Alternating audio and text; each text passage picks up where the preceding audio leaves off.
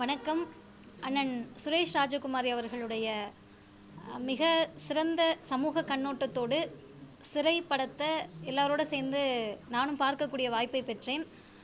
பொதுவாக படம் பார்க்குறது அப்படின்னா அந்த 2 மணி நேரம் உட்கார்ந்துருக்கணும், அந்த சத்தத்துக்கு பயந்துட்டு இல்லை வரக்கூடிய காட்சிகளுக்கு பயந்துட்டு தேட்டர் பக்கமே வராத என்னை போன்ற இளைஞர்கள் இருந்தீங்கன்னா நீங்கள் நிச்சயமாக இந்த படத்தை பார்க்கணும்.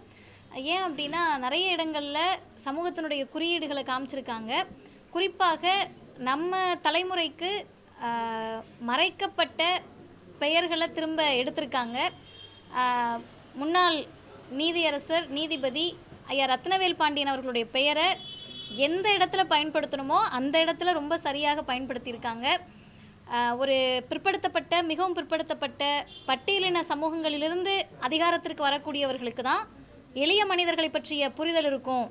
ஆண்டாண்டு காலமாக இருக்கக்கூடியவர்களை தாண்டி மக்களிலிருந்து ஒருவர் அதிகாரத்துக்கு வரப்போ அவங்களுடைய சிந்தனை எப்படி இருக்குன்றதை இந்த படத்தில் வெளிப்படுத்தியிருக்காங்க. ரொம்ப நுணுக்கமாக நுட்பமாக பெயர்கள் எல்லாமே தேர்ந்தெடுத்திருக்காங்க. அந்த பெயரில் இதை பார்க்கக்கூடிய நீங்கள் யாராவது ஒருத்தர் கூட இருக்கலாம். அதிகாரத்திற்கு வரக்கூடியவர்கள் முடிஞ்ச அளவுக்கு எளியவர்கள் பக்கம் நிற்கணும் அப்படின்றதையும் சொல்லியிருக்காங்க. குறிப்பாக இஸ்லாமியர் பெயர் அப்படின்னு சொன்னாலே இந்த சமூகம் அவங்களை என்னவா பார்க்குது, அதுவும் இந்த குறிப்பிட்ட ஒரு 10 வருடத்தில் 15 வருடத்தில் தமிழ்நாட்டில் கூட இஸ்லாமியர்கள் மீதான பார்வையை குறிப்பிட்ட சமூகத்தினர் எப்படி மாற்றிருக்காங்கன்றதையும் ரொம்ப ஆழமாக பதிவு செஞ்சுருக்காங்க.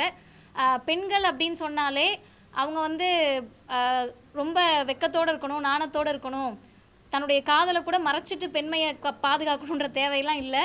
ஒரு பையனை பிடிச்சிருந்தா அந்த பொண்ணே போய் சொல்லலாம், அந்த பையன்தான் வேணும் அப்படின்னு சொன்னால் அதுக்காக உறுதியாக நிற்கலாம்.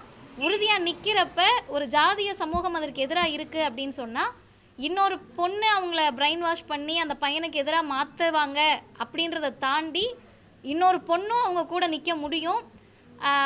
குடிகாரனாகவே இருந்தாலும் பரவாயில்ல, சொந்த ஜாதிக்காரன்றதை தாண்டி நல்ல மனிதர்களை தேடுங்க, மதம் ஜாதியை கடந்து மனிதர்களை தேடுங்கள், எளியவர்கள் பக்கம் அதிகாரம் இருக்க வேண்டும் அப்படின்றத சொல்லியிருக்காரு. நாங்கள் சட்டம் படிக்கிறப்ப ஹியரிங் போத் சைட்ஸ் அப்படின்னு சொல்லி இயற்கை நீதி நேச்சுரல் ஜஸ்டிஸ் அப்படின்னு வரும். அந்த ஹியரிங் போத் சைட்ஸ் பெரும்பாலும் கேட்கப்படுகிறதா அப்படின்ற கேள்விக்கு இந்த படம் பதில் கொடுத்துருக்கு. ஒரு பக்கம் மட்டும் கேட்டு எழுதப்படக்கூடிய தீர்ப்புகளோ அல்லது எந்த பக்கமுமே கேட்காமல் நாள் தள்ளி விசாரணை கைதியாகவே இருந்தால், அதுவும் அவர் இஸ்லாமியராக இருந்தால் அவங்க நிலைமை என்னவா இருக்குன்றத சொல்லியிருக்காரு.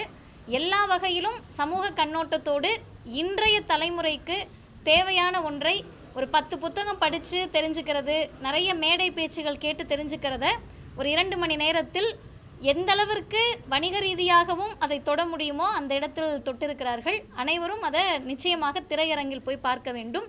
அனைத்து தோழர்களுக்கும், குறிப்பாக இந்த படத்தினுடைய குழுவினருக்கும், இயக்குனர் அண்ணன் சுரேஷ் ராஜகுமாரி அவர்களுக்கும் மனம் நிறைந்த பாராட்டுக்கள். நன்றி.